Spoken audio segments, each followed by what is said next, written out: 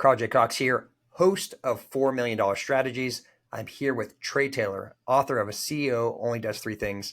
And in this particular conversation, we are talking about applying AI, where he is an investor in over 30 of these companies are doing this. Trey, what is some of the most important things you could talk about today about applying AI in your business?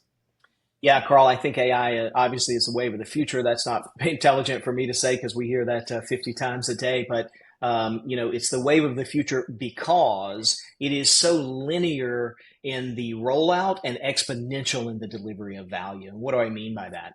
I think you take AI and you split it into two things. There's generative AI, which is very sort of new and accessible for the first time for small business owners, right? I think the CEO of IBM has had access to some of that for a long time, but the CEO of smaller companies, we're getting access to that for the first time.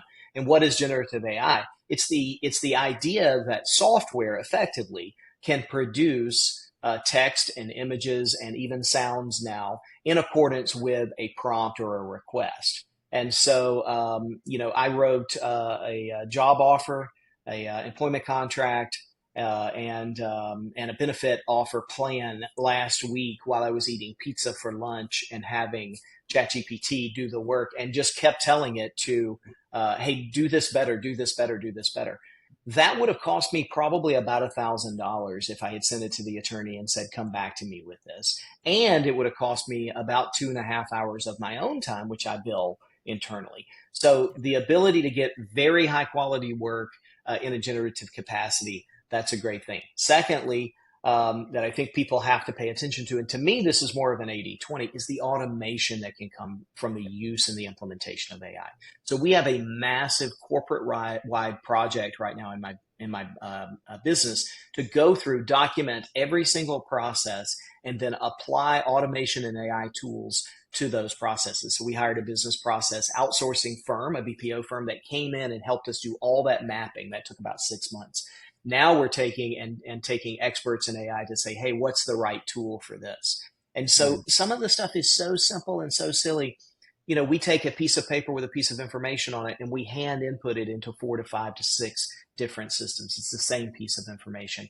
They are helping us enter that one time and then move that through. Now we have 57,000 individual clients in that business. So that 30 seconds times 57,000 times a year, that adds up to tremendous cost savings. What does that mean? Do I fire the person doing that? No. I take that person and repurpose her or him to do higher level thinking and functioning and work. And hopefully that means greater sales, greater financial efficiency, and that sort of thing. So the thing that business owners should really get clear in their mind is, yes, there's a use for generative AI. And I think a $20 a month ChatGPT team subscription for everybody in the organization where you're reviewing that and your training is very useful for the organization, and you'll be amazed at the quality of output that comes in from that. But probably 4 times more important is looking for the places where you can install automation into opportunities to make things more efficient and to deliver higher quality results. That'll free up a lot of creativity on the team. And that's what our experience has been. And we've enjoyed the ride and can't wait for what's coming in the future. Trey, absolutely great wisdom there. I love it how you broke it into 2 main chunks of understanding the difference between the two. Thank you so much for sharing to our audience how to apply AI to your business. Good to be with you, Carl. Thanks.